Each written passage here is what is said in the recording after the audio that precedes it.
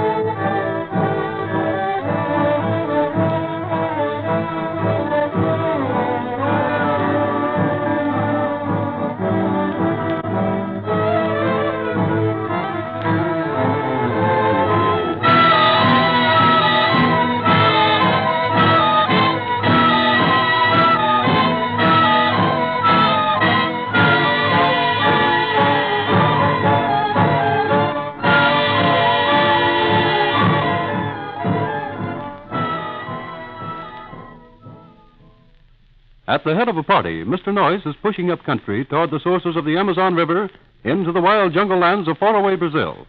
Quite accidentally, he runs across two young children who are in trouble.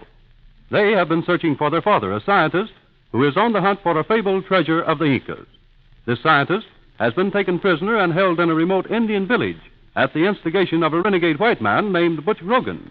This Grogan is a villain, having stolen a treasure map and a valuable paper on which is a secret code by which the map may be translated. Not yet satisfied, Grogan kidnaps the little girl, Miss Jean Brady, meaning to use her as a method by which he can compel her father, James Brady, to lead the way to the treasure. Mr. Noyes learns where Miss Jean has been hidden, and with the aid of an amphibian aeroplane, goes to the rescue, succeeds in getting the little girl aboard just as the Indian warriors come yelling to the river's edge. At this moment, the cabin hatch on the plane has been closed, and Mr. Noyes has just told Pat Donovan to get into the air as quickly as possible.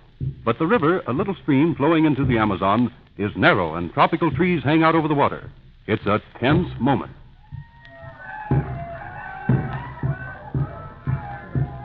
On your way, Donovan. Quick, get out of here.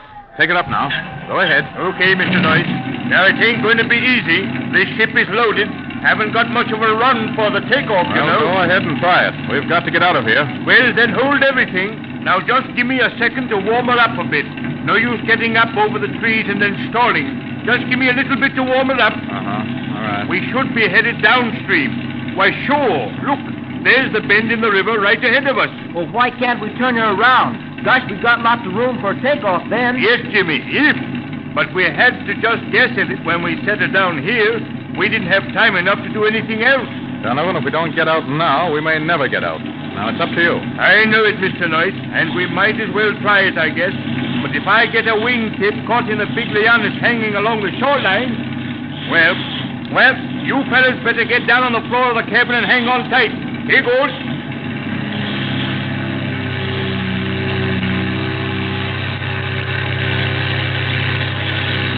Gosh, she's heavy, all right. If we just had a little more headwind. But in this jungle, you've got... Look out, Pat! Look out! Up ahead! A canoe coming out the middle of the river. Oh, nuts! We'll hit them. The pontoons, we can't leave the surface before we're on them. It's a trick, by Jove. Cut the switch, Donovan. Hurry, man. We can't run that canoe down. Okay. Don't you see? It contains children, just little children. A trick, Mr. Noyes? What do you mean? See? Mr. Grogan again pulled a fast one. Notice that canoe has no paddles at all. Someone put the Indian children into that dugout and pushed it out into the stream. Grogan did that. He knew we wouldn't run them down. Gee whiz, Mr. Noyes. He uses little children to stop us. He knew this ship couldn't rise off the surface of the river until it got a good run. Yes, the canoe with the children. If we wanted to get into the air, we'd have to run into that canoe. Yes, sir. And you know what would have happened. Oh, well, Mr. Noyce, I guess Gene and me, we'd just as soon do anything than use little children like that to save our lives. I'm glad to hear you say that, Jimmy. We seem to agree on a lot of things. Hurting, maiming, or drowning even little savage Indian kiddies. Oh, you're right, Mr. Noyce. That's out. But now what do we do? I don't exactly know, but we might as well get prepared to put up a fight. It's the only way we can deal with Grogan. Yes, but where is Grogan? He isn't showing his face. Look over there among the bushes, eh? In behind every tree, a wild, woolly Indian, but no Grogan. Grogan knows better than to show his face. That bird is yellow, Mr. Noyce. Pure yellow. He certainly is. Anybody that would pull a stunt like that, shove a canoe load of helpless little Indian children out in front of whirling propellers, he's a yellow coward, all right. Gosh, Mr. Noyce, if we could only turn this bus around, head her downstream, why then we could make it. Say, I got an idea. We've got a rope in the cabin here. Listen, there's a little eye bolt on the roof of the ship. You mean that little round thing they used when they were loading this ship and unloading it from the steamer? That's the one. Oh. And we could tie the rope through that iron thing, and then we could get the other end tied to a tree on the shore. Well, now say, that would do it. If we could get the rope fastened, then I could swing my rudders away over, give her the gun, and between our own power and the current of the stream here, well, maybe we could do it. Gee, that's swell. Gene, open the cabin hatch. Okay. Now, here's where I do some swell things for my country. I'm going to get that rope on a tree or know the reason why. Jimmy, you're staying inside this cabin. No argument now. I know how you feel, and it's swell of you to volunteer. But you mustn't go. Pedro, stand by. I'm going. I beg the pardon, Senor Noyce. Pedro, she was the one what was going.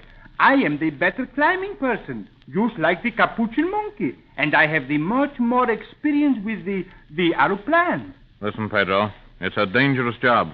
Grogan is very likely hiding on the riverbank with a gun. Ah, that is so, senor. But I am the better swimmer in this ship. Yes, no? Admitted, you are a wonderful swimmer, Pedro. Then it is what you call it. It is all honky-dory. I take the rope. I dive. No.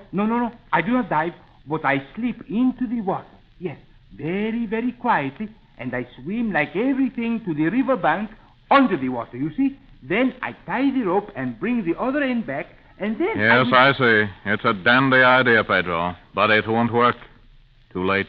Too late? But I can go now, quick like everything. Oh, Mr. Noyce, look. Canoes. Dozens of them coming up the stream. I know, Miss Jean. Just saw them a moment ago.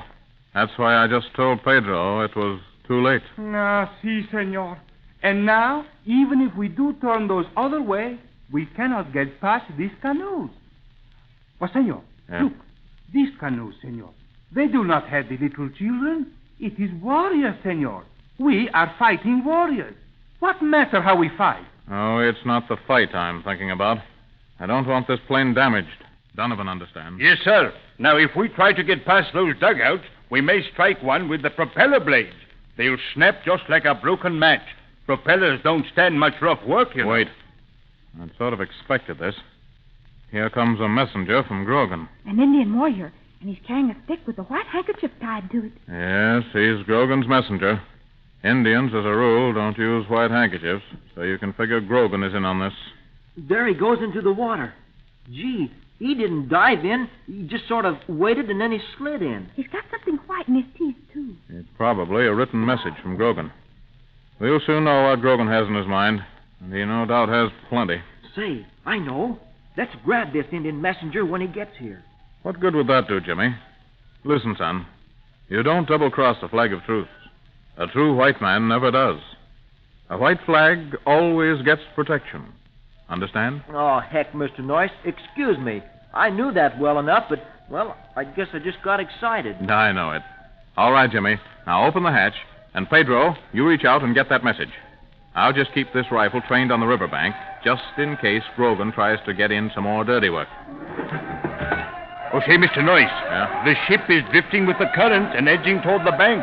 Now we'll get our wings or pontoon stuck at any moment. Yes, and so much the better. But listen, Donovan, is there anything you can do to disable this ship? You mean put it out of commission for good?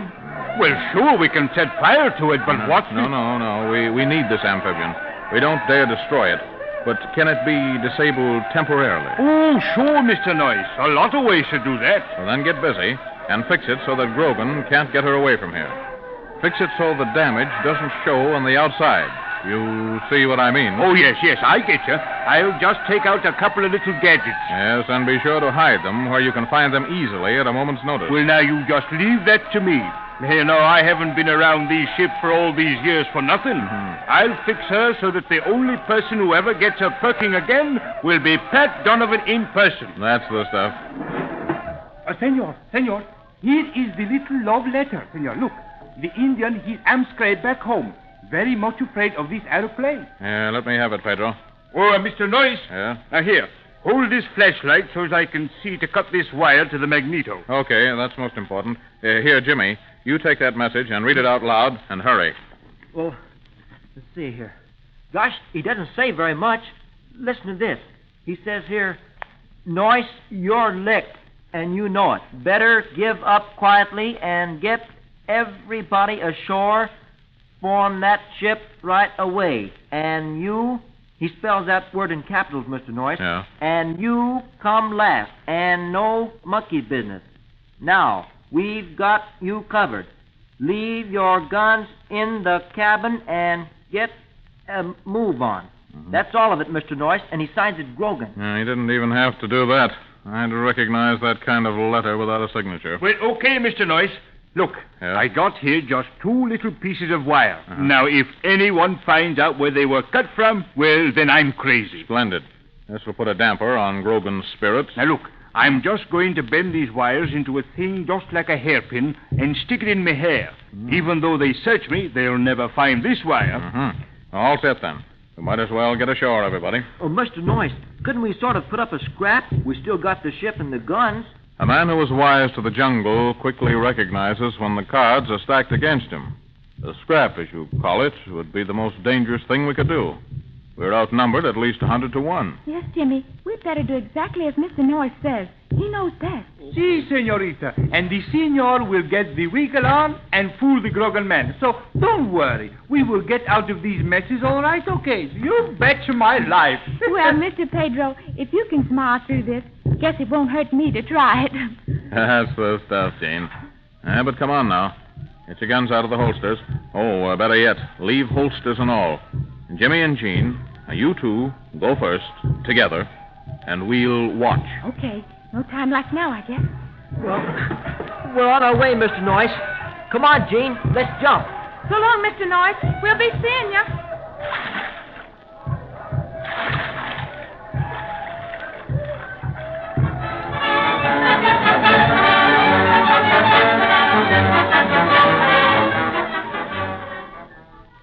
With a brave smile and a cheery, I'll be seeing you, off they go. Ahead of them is Grogan and a band of howling Indians. At last, Grogan has the upper hand. But what's in store for Jean and Jim? And what happens to Mr. Noyce and Pedro? Does Pat Donovan succeed in really fooling Grogan about the ship being disabled? Has Mr. Noyce a plan in mind? Or is it the children who pull a fast one? You will learn more about this enthralling adventure when you tune in next time. Don't miss a single episode.